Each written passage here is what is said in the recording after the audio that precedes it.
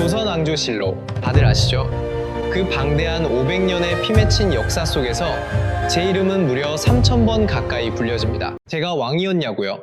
아닙니다. 장군이었을까요? 그것도 아닙니다. 저는 그저 평범한 선비였습니다. 벼슬을 167번이나 내려받았지만 제가 조정에서 피 끓게 일한 날은 고작 49일 뿐이었죠. 그런데도 그 시절 왕들은 저 없이는 아무것도 하지 못했습니다. 제가 죽은 뒤엔 공자, 맹자 곁에 모셔졌습니다. 저를 비난하면 곧장 역적이 되었죠. 나라에서 아예 법으로 막아버렸거든요. 그런데 참 비참하게도 저는 83세 나이에 피를 토하며 사약을 마셨습니다.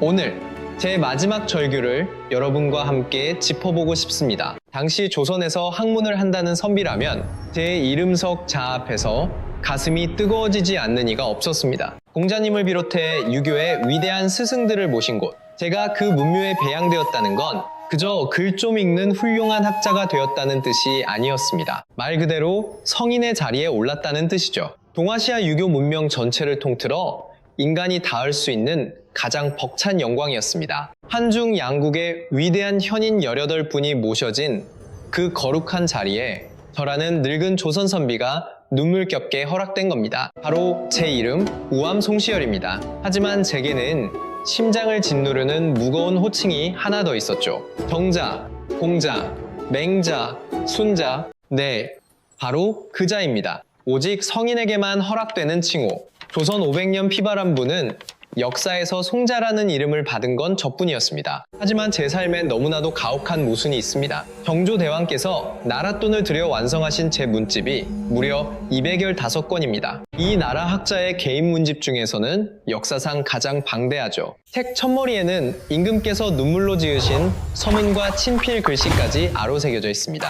이 정도면 제가 그저 책만 파던 서생은 아니었던 겁니다. 그렇다면 송자라 불린 제가 대체 어떤 삶을 살았을 것 같으십니까?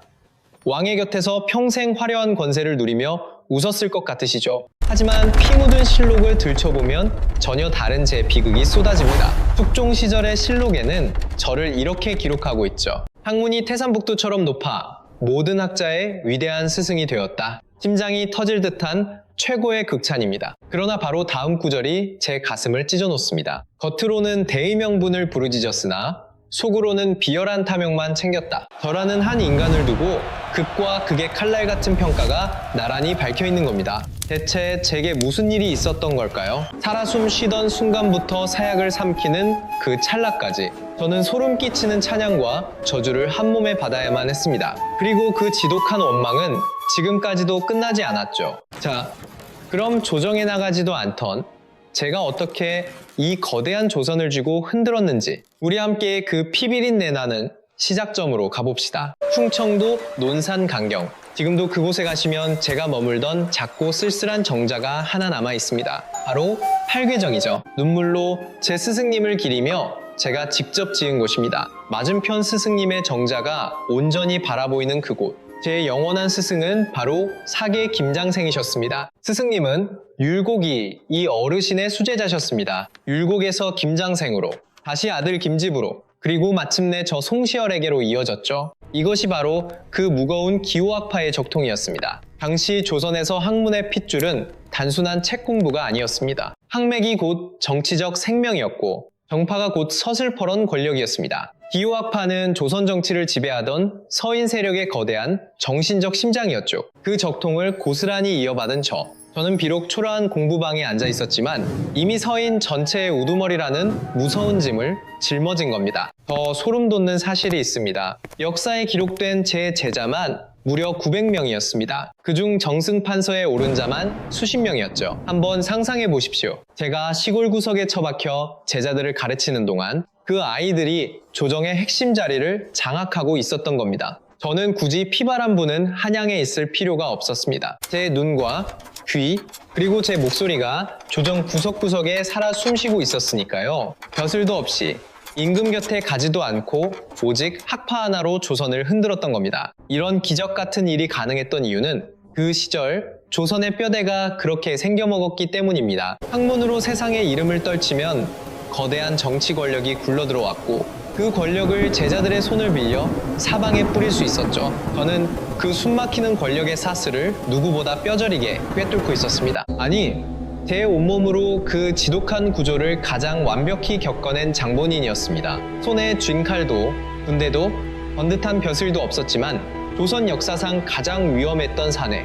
그게 바로 저 우암이었습니다. 자, 이제 여러분과 제가 더 깊은 어둠 속으로 들어가 볼 차례입니다. 제가 그토록 무시무시한 권력을 휘두를 수 있었던 건 단순히 제가 글 공부를 남들보다 뛰어나게 잘해서가 아니었습니다. 조선이라는 거대한 국가 자체가 원래 그렇게 잔혹하게 설계되어 있었기 때문이죠. 오늘날로 치면 이렇게 상상하시면 됩니다. 제가 명문대를 졸업했는데 제 밑에서 배운 수많은 제자가 전국의 검찰청과 법원, 청와대까지 빈틈없이 장악하고 있는 겁니다. 정작 저는 시골 촌구석에 틀어박혀 기침 한 번만 해도 온 나라가 벌벌 떨며 움직이는 세상.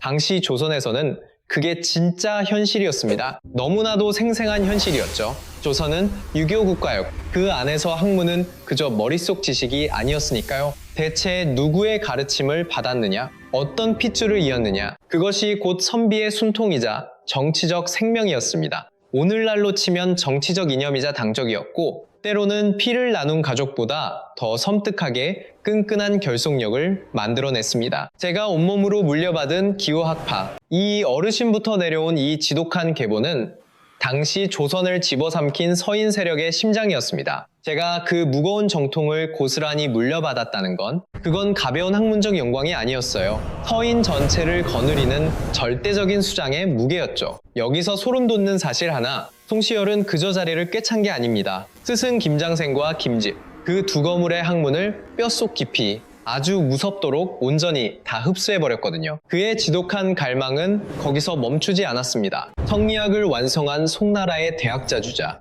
송시열은 그를 자신의 피 속에 평생의 절대적 기준으로 새겨넣습니다. 아니, 기준 따위가 아니라 미칠 듯한 신앙이었어요. 주자의 말이 곧 정이다. 주자의 해석만이 절대적인 진리다. 그 외엔 전부 가짜다. 이 무서운 확신이 송시열의 심장에 깊은 뿌리처럼 박혀 있었죠.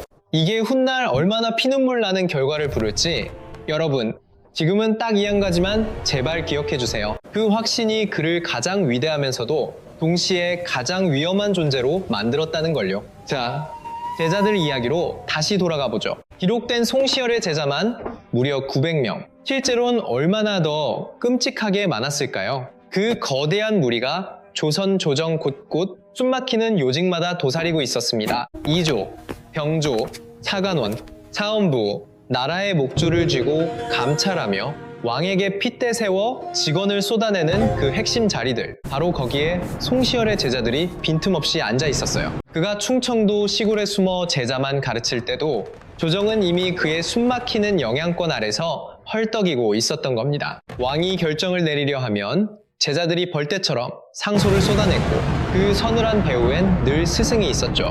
직접 나설 필요도 없었습니다. 그저 앉아서 말 한마디면 천하가 요동쳤으니까요. 그러니 조선의 왕들이 그렇게 피가 마르도록 그를 불렀던 겁니다. 인조, 효종, 현종, 숙종까지 무려 4명의 왕이 그를 조정에 앉히려고 몸부림쳤습니다. 다그마치 167번이나요? 하지만 그가 실제로 응답한 건 고작 37번 뿐이었습니다. 이게 그저 거만해서가 아니에요. 안 나가는 것 자체가 가장 소름 돋는 권력이었거든요.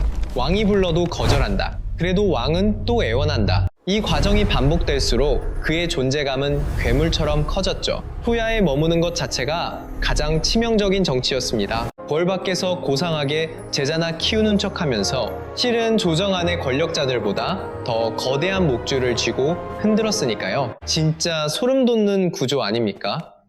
이 잔인한 판을 가장 완벽하게 지배한 괴물이 바로 송시열이었습니다. 그런데 이 숨막히는 권력을 쥔 괴물 앞에 상처투성이의 왕 한 명이 비틀거리며 나타납니다. 피를 토하며 그를 찾아온 왕, 효종이었습니다. 그 가슴 속엔 결코 꺼지지 않을 시뻘건 불씨 하나가 있었죠. 가장 끔찍하게 짓밟았던 그 치욕의 날부터 피눈물로 키워온 독한 불씨, 아주 시린 겨울이었습니다. 병자년 그 참혹한 겨울, 청나라 군대가 압록강을 넘은 지 불과 열흘 만에 도성안양이 처참하게 뚫려버렸습니다. 인조가 피눈물을 삼키며 남한산성으로 도망쳤지만 그마저도 그리 오래 버티지 못했습니다. 추위와 굶주림, 처절한 고립, 40닷새를 피토하며 버티다 결국 성문을 열고 말았죠. 참전도, 지금의 송파구 한강변 차가운 모래밭, 만백성의 어버이라는 조선의 왕이 짐승처럼 무릎을 꿇었습니다. 청태종의 발밑에서 3번 절하고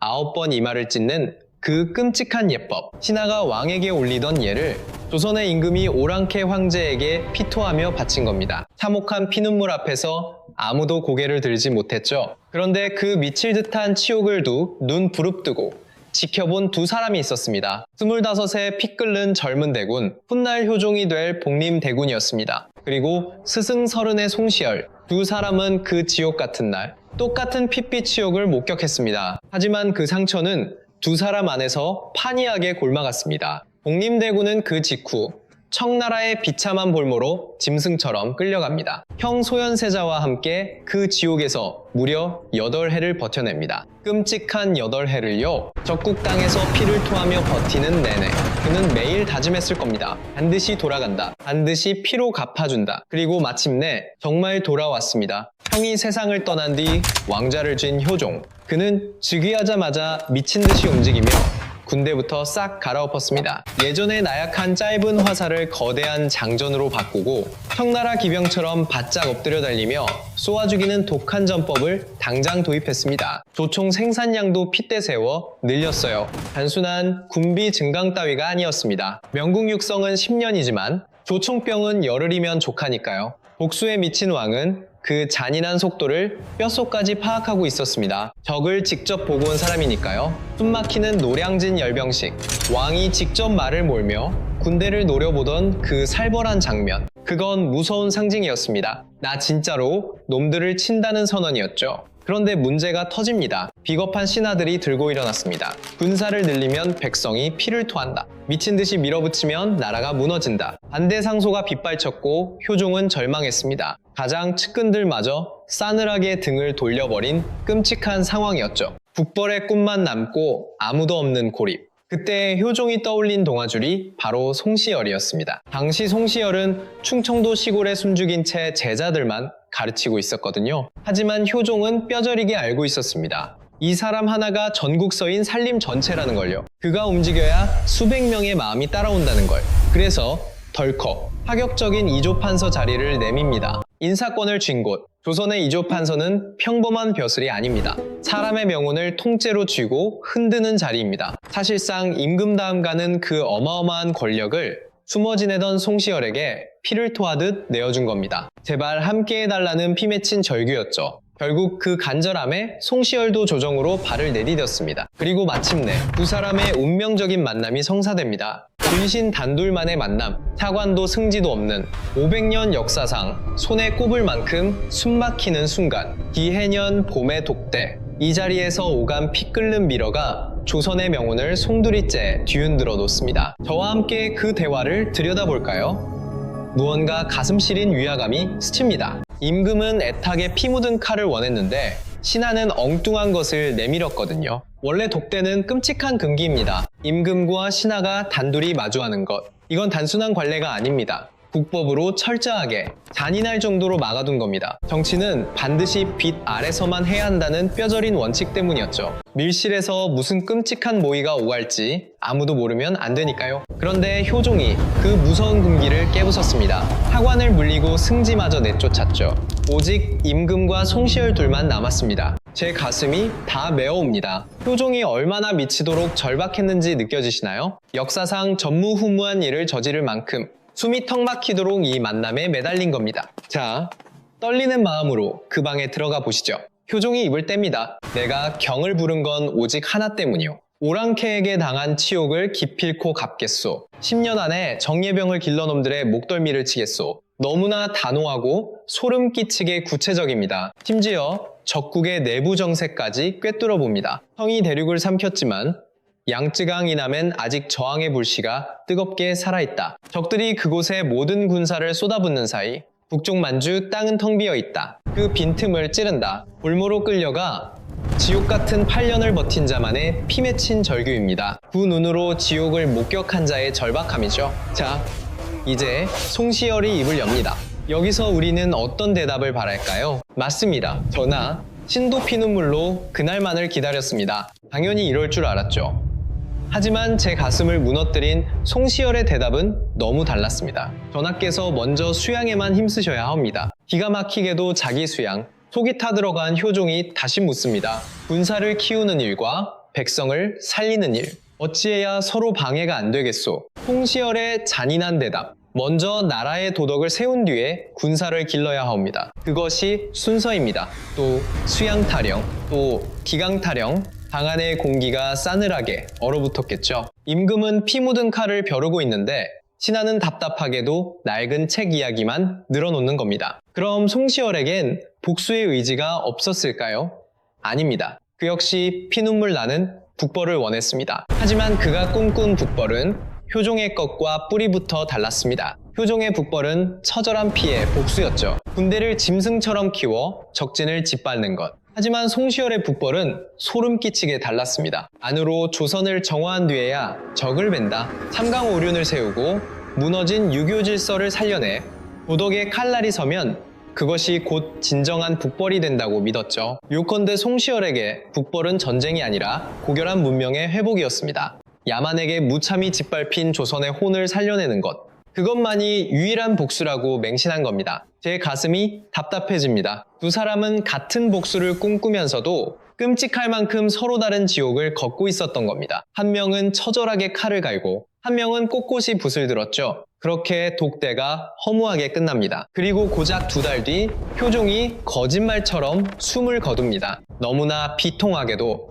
피의 복수를 꿈꾸던 군주, 그 뜨거운 칼날이 허망하게 꺾여버린 겁니다. 그리고 바로 그날 조선 땅에서 진짜 전쟁으로서의 북벌은 2번 다시 피어나지 못했습니다. 차디찬능의 효종과 함께 묻혀버렸죠. 하지만 여러분, 왕이 죽자마자 무시무시한 폭탄이 조정 한가운데로 떨어집니다. 대비께서 상복을 몇 년이나 입어야 하는가? 겨우 상복 하나가 웬 폭탄이냐고요?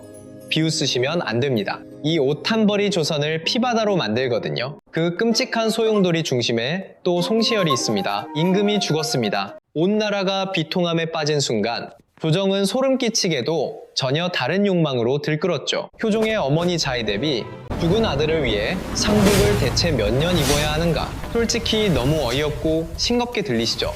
그깟 옷이 뭐라고? 하지만 제 말을 끝까지 들어보세요. 이 잔혹한 예속 논쟁, 우리 함께 그 피눈물 나는 시작을 볼까요? 조선은 예법에 목숨을 걸었으니까요. 2번의 참혹한 전란이 휩쓸고 간 뒤였죠. 세상이 무너지고 질서가 짓밟여 백성들의 비명이 가득하던 때였습니다. 그 끔찍한 절망 속에서 그들이 부여잡은 마지막 동아줄, 그게 바로 예법이었습니다. 얘가 서야만 핏빛 나라가 다시 산다. 그것이 그들 가슴을 찌르는 간절한 믿음이었습니다. 그러니 예법은 한낱 허례허식이 아니었어요. 조선의 숨통을 쥐고 있는 생존의 문제였던 겁니다. 자, 팀호흡을 해보죠. 당시 어미가 죽은 자식을 위해 입는 상복 기간은 맏아들이냐 둘째냐에 따라 완전히 달랐습니다. 맏이는 3년, 둘째는 1년. 슬프게도 효종은 둘째였어요. 형 소현세자의 비극적인 죽음 뒤에 왕이 된 거죠. 여기서 독한 질문이 싹 틉니다. 효종을 맏이로 품어야 할까요? 둘째로 내쳐야 할까요? 서인의 거두 송시열은 차갑게 못 박았습니다. 효종은 그저 둘째다. 용상에 앉았어도 그 뼈아픈 사실은 영원하다. 그러니 1년 복이 옳다. 하지만 남인의 허목은 피를 토하며 맞섰습니다. 대통을 이었으니 곧 장자다. 왕실은 피보다 옥좌가 우선이다. 고로 3년을 입어야 한다며 울부짖었죠. 겉으론 그저 낡은 예법 해석 같죠. 하지만 내부는 살벌한 권력의 전쟁터였습니다. 송시열의 속내를 우리 같이 한번 들여다볼까요? 담저 지존인 왕실도 일개 사대부의 법도를 굽실대며 따르라는 겁니다. 이 소름 끼치는 오만함이 느껴지십니까? 신하의 법도가 감히 임금을 짓누른 겁니다. 옥자보다 사대부 권력이 우선이라는 뜻이었죠. 반면 허목은 목숨 걸고 외쳤습니다. 감히 왕실을 사대부와 엮다니 임금은 하늘이 내린 숭고한 존재다. 피 맺힌 왕권 강화의 외침이죠. 이 상복 논쟁은 결국 조선의 심장을 누가 쥐어짜느냐를 둔 처절한 피의 권력투쟁이었습니다. 오만한 신하냐, 고독한 군주냐, 조선 권력의 뿌리째 뒤흔든 목숨건 싸움이었어요. 그때 남인 진영에서 심장을 찌르는 시퍼런 칼날이 날아듭니다. 효종 대왕이 장자가 아니라면 정통성 없는 가짜란 말이냐. 이건 감히 왕실을 농락하는 영모다 윤선도가 피를 토하며 날린 치명타였죠. 송시열은 눈앞이 캄캄했을 겁니다. 순수한 예약을 영모로 역다니요. 하지만 이 독품은 프레임은 무섭게 타올랐습니다. 순식간에 선왕을 모욕한 역적으로 몰려버린 거죠. 이제는 벼랑 끝입니다. 어느 쪽도 살아서는 뒤로 갈 수 없었어요. 지는 순간 목이 날아가니까요. 이 참혹한 싸움이 얼마나 이어졌는지 아십니까? 무려 15년입니다. 옷 한 벌로 15년간 서로를 찢어 죽였어요. 그 피비린내 속에 권력의 추는 미친 듯이 흔들렸죠. 송시열이 승리하면 서인이 피해 숙청을 하고 허목이 이기면 남인이 복수에 칼을 뽑아들었습니다. 이 문제 하나로 나라가 두 동강, 나 서로를 물어뜯는 동안 송시열은 그 핏빛수렁 한가운데서 단 한 발짝도 물러서지 않았어요. 그런데 이 피바람이 멎기도 전에 송시열은 또 다른 잔인한 사냥을 시작해버립니다. 이번엔 학문의 영역이었죠. 이 싸움은 앞선 예속 논쟁보다 훨씬 더 피눈물 나게 막을 내립니다. 사문난적, 뜻이 다르다는 이유로 숨통을 끊어버리는 학문적 사형 선고. 송시열이 기어이 그 무자비한 방아쇠를 당긴 겁니다. 윤유라는 천재가 있었습니다. 송시열보다 10살 아래였죠. 숨어 지내며 고독하게 학문의 우주를 개척하던 학자. 처음엔 두 사람의 우정도 꽤나 따뜻했습니다. 언젠가 그가 윤유를 만나고는 이렇게 탄식했다고 하죠. 30년 공부가 이 사람 앞에서 한없이 부끄럽구나. 천하의 대학자가 이토록 낮아졌다니 놀랍지 않나요? 윤유의 통찰이 그만큼 경이로웠고 후기엔 송시열도 그 천재성에 흠뻑 취했던 겁니다. 하지만 그 아름다운 존경은 곧 산산조각이 납니다. 윤유가 감히 경전인 중용을 자기만의 시선으로 파헤치기 시작했거든요. 중용은 유학의 심장과도 같은 거룩한 성전이었습니다. 게다가 이 성전에 대한 진리는 주자가 이미 완벽히 끝냈다는 게 당시의 학계에 숨막히는 철칙이었죠. 그런데 불도저 같은 윤유가 그 금기를 깨부순 겁니다. 주자의 틀을 엎어버리고 완전히 낯선 해석의 세계를 열어젖혔어요. 맹신도였던 송시열은 분노로 피가 거꾸로 솟았습니다. 주자의 말씀이 곧 하늘인데 감히 토를 다는 건 결을 달리하는 게 아니라 악마의 짓이었습니다. 그렇게 터져나온 저주가 바로 사문난적, 세상을 어지럽히는 끔찍한 악당이었죠. 자, 우리 상상해볼까요? 이 단 세 글자의 낙인이 그 시대에 얼마나 무서운 사형 선고였는지를요. 이 낙인이 찍히는 순간 학자로서의 숨통은 잔인하게 끊어져 버립니다. 단상에 서지도 못하고 제자들은 침을 뱉고 떠나며 숨쉬는 시체로 전락해버리는 처참한 형벌이었죠. 세상 천지 어디에도 피할 곳이 없었습니다. 하지만 윤유는 독하게 버티며 이렇게 피를 토했죠. 천하의 이치를 어찌 주자만 안단 말이냐. 주자가 무조건적인 진리가 아닐 수 있다는 처절한 반항이었습니다. 송시열 입장에선 피가 거꾸로 쏟을 일이었습니다. 단순한 해석 차이가 아니었어요. 주자의 절대적 권위에 정면으로 도전한 거니까요. 송시열은 왜 그토록 주자에게 매달렸을까요? 우리 함께 그 속내를 들여다보죠. 가슴 아프지만 그의 절박한 속내를 들여다봐야 합니다. 그가 버텨낸 세상은 두 차례의 참혹한 전란이 휩쓸고 간 직후였습니다. 온 나라가 쑥대밭이 됐어요. 믿었던 신분 질서와 가치관마저 송두리째 무너져 내리던 끔찍한 시대. 송시열은 피눈물 나는 이 현실을 보며 주자의 시대를 떠올렸습니다. 주자 역시 오랑캐에게 조국을 짓밟힌 지옥을 견뎠거든요. 그 참혹한 시대의 주자가 외친 해답은 삼강오륜을 세우고 무너진 유교 질서를 다시 일으키는 것이었습니다. 송시열은 그 믿음만이 벼랑 끝 조선을 구한다고 확신했어요. 지옥 같은 시대니 해법도 같다. 주자의 길만이 우리를 살린다. 이 뼈저린 절박함이 그를 움직였습니다. 그래서 늙은 나이에 100권이 넘는 책을 피 토하듯 써내려갑니다. 주자의 어려운 글마다 해설을 달아 거대한 체계를 세웠죠. 숨이 끊어지는 순간까지 붓을 놓지 못했어요.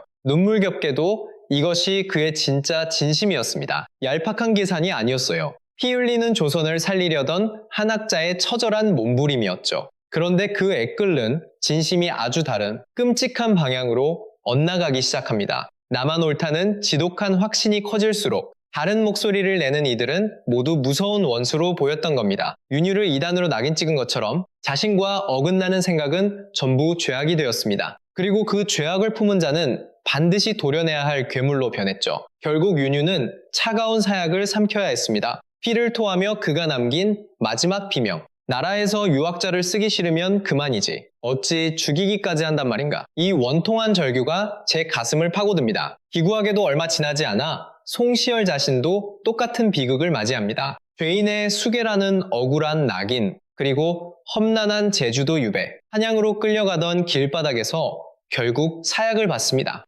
83세 늙은 몸, 그가 평생 목숨 걸고 지키려던 질서, 그 잔인한 질서가 끝내 자신마저 집어삼키고 만 겁니다. 하지만 비극은 거기서 멈추지 않았어요. 그의 세력인 노론이 마침내 권력을 움켜쥐면서 송시열은 망령처럼 무덤에서 다시 부활했습니다. 문묘에 모셔지고 송자라 불리며 그를 향한 어떤 비판도 절대 금지되었습니다. 조선 전체가 송시열의 거대한 그림자에 갇혀버린 거예요. 그 숨막히는 세상에서 주작이 아닌 다른 생각은 숨통조차 트일 수 없었습니다. 가능성의 문이 산산조각 난 채 조선은 캄캄한 어둠을 걸었습니다. 분명 송시열은 위대한 학자였죠. 조선 성리학의 정점을 찍은 경이로운 인물, 잔인한 정적들조차 그의 학문만큼은 혀를 내둘렀습니다. 하지만 나만 옳다는 그 서늘한 독단이 어느새 세상을 베는 칼날이 되었습니다. 그 칼이 윤유의 생목을 쳤고 끝내 자신의 심장까지 찔렀습니다. 무서운 신념과 잔혹한 독서는